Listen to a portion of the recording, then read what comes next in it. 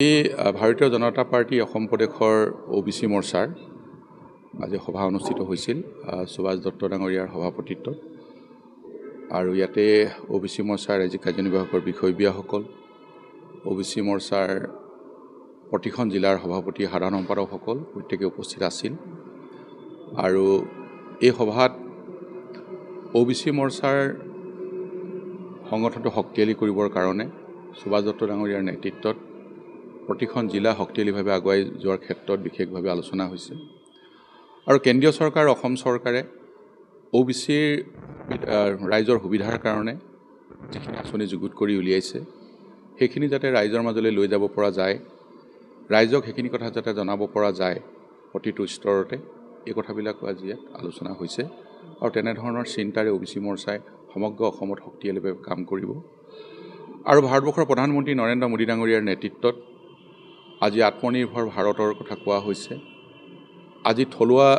আমাৰ যিবিলাক সামগ্ৰী আমাৰ থলুৱা যিবিলাক উদ্যোগপতি আছে উদ্যোগী আছে তেওঁলোকে যিবিলাক উৎপাদন কৰিছে যিবিলাক সামগ্ৰী লোকেল ফৰ ভোকেল বুলি কোৱা হৈছে সেইখিনি সামগ্ৰী ঘৰে ঘৰে ব্যৱহাৰ কৰি তাৰ ওপৰত গুৰুত্ব আৰোপ কৰিবৰ কাৰণে ৰাইজক যাতে আমি সজাগ কৰিব পাৰোঁ এই সম্পৰ্কত আজি আলোচনা হৈছে আৰু ঠিক তেনেদৰে অসমৰ মাননীয় মুখ্যমন্ত্ৰী ডক্টৰ হিমন্ত বিশ্ব শৰ্মা ডাঙৰীয়াৰ নেতৃত্বত আজি অসমখনক প্ৰতিটো স্তৰতে আগুৱাই লৈ যাবৰ কাৰণে যি পদক্ষেপ লোৱা হৈছে ভাৰতবৰ্ষৰ 5খন ৰাজ্যৰ ভিতৰত অসমখনক আনিবৰ কাৰণে দিনে নিশাই কাম কৰি থকা হৈছে সেইখিনি ক্ষেত্ৰতো আমি OBC মৰ্চাই যাতে প্ৰতিটো স্তৰতে সহযোগিতা আগবঢ়াব পৰা যায় আৰু এইখিনি ৰাইজৰ মাজলৈ যাতে লৈ যাব পৰা যায় সেই চিন্তাৰেও আজি ইয়াত আলোচনা কৰি কাম কাজবিলাক কৰিবৰ কাৰণে নিশ্চয় পদক্ষেপ লোৱা হৈছে সেইকাৰণে আজি সভাখন এখন গুৰুত্বপূৰ্ণ সভা আৰু এই সভাৰ যোগেদি আমি বহুত কাম কৰিবলগীয়া আছে যে আপোনালোকে দেখিছে যে আমাৰ ইয়াতে এডভান্টেজ আসাম হ'ল এডভান্টেজ আসামৰ পিছত মাননীয় মুখ্যমন্ত্ৰী ডক্টৰ হিমন্ত বিশ্ব শৰ্মা ডাঙৰীয়াৰ নেতৃত্বত আজি ভাৰতবৰ্ষৰে হওক বা ভাৰতবৰ্ষৰ বাহিৰৰে বহু ইণ্ডাষ্ট্ৰিয়েলিষ্ট আহিছে ইয়াৰ উদ্যোগ স্থাপন কৰিবৰ কাৰণে ইয়াতে আমাৰ যুৱক যুৱতীসকল সংস্থাপিত হ'ব প্ৰত্যক্ষ পৰোক্ষভাৱে তেওঁলোকে ইয়াতে মকৰল হ'ব পাৰিব এই কথাবিলাকো আজি ইয়াতে কোৱা হৈছে আলোচনা হৈছে যাতে ভৱিষ্যতৰ দিনত আমাৰ উঠি অহা নতুন প্ৰজন্মটোক যাতে আমি তেনেধৰণে আগবঢ়াই লৈ যাব পাৰোঁ ইণ্ডাষ্ট্ৰি ক্ষেত্ৰখনত যাতে আমাৰ উঠি অহা প্ৰজন্মটোৱে তেনেধৰণে নিজকে স্কিল কৰি যাতে তেওঁলোকে তাতে কাম কাজবিলাক কৰিবৰ কাৰণে যাতে আগ্ৰহী হয় সেইখিনিও যাতে আমি আজি OBC মৰ্চাৰ যোগেদি গাঁৱে গাঁৱে আমাৰ উঠি অহা প্ৰজন্মটোক যাতে আমি ক'ব পৰা যায় এই কথাবিলাকো আলোচনা হৈছে আৰু OBCৰ কাৰণে যুগুত কৰা আঁচনিবিলাক এতিয়া কেনেদৰে ডেফিনেটলি এই কথাবিলাক আলোচনা আজি হ'ব এইবিলাক চৰকাৰৰ যিবিলাক আলোচনা চৰকাৰভাৱে সেই আলোচনা সেই যিবিলাক আঁচনি সেইবিলাক কাৰ্যকৰী চলি আছে এতিয়া আমাৰ OBC মৰ্চাৰ যোগেদি সেইখিনি আৰু ত্বৰান্বিত কৰিবৰ কাৰণে ৰাইজৰ ওচৰলৈ লৈ যাবৰ কাৰণে আজি OBC মৰ্চাৰ ইয়াতে আলোচনা হ'ব আৰু তেনেধৰণে OBC মৰ্চাই আমাৰ জিলা আছে তাৰপিছতে আমাৰ মণ্ডল আছে আমাৰ বুথ আছে সকলো স্তৰতে কাম কাজবিলাক লৈ যাব অন্যান্য পিছপৰা শ্ৰেণী মৰ্চাৰ ৰাজ্যিক সভাপতি সুভাষ দত্ত ডাঙৰীয়াৰ নেতৃত্বত আমাৰ এখন বিশেষ সভা আয়োজন হৈছে ইয়াত সকলো জিলাৰ সভাপতিসকল আমাৰ ইয়ালৈ আহিছে তেওঁলোকক সম্বৰ্ধনা জনোৱা হৈছে আৰু আগন্তুক নিৰ্বাচনত মানে জিলাসমূহ অধিক শক্তিশালী কৰিবৰ কাৰণে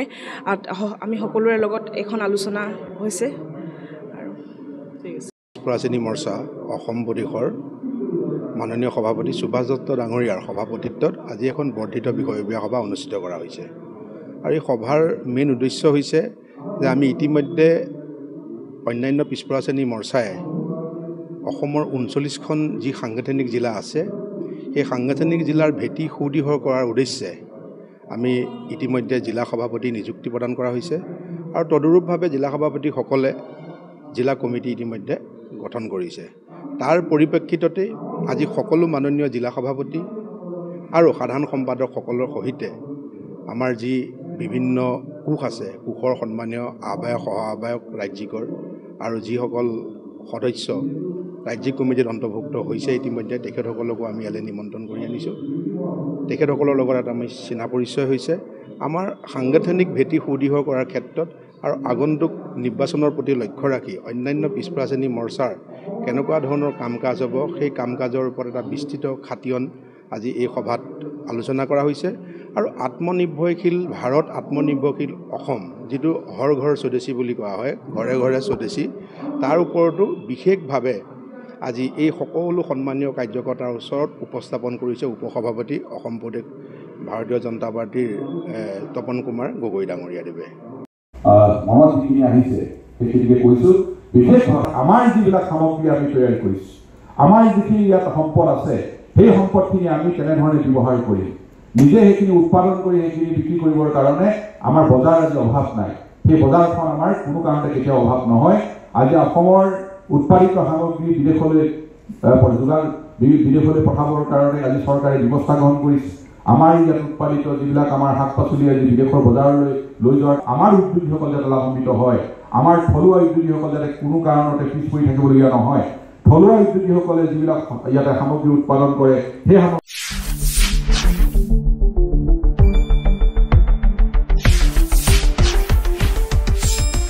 শুদ্ধ আৰু বিস্তৃত বাতৰিৰ বাবে চাই থাকক নিউজ ডেস্ক ৰিপৰ্ট।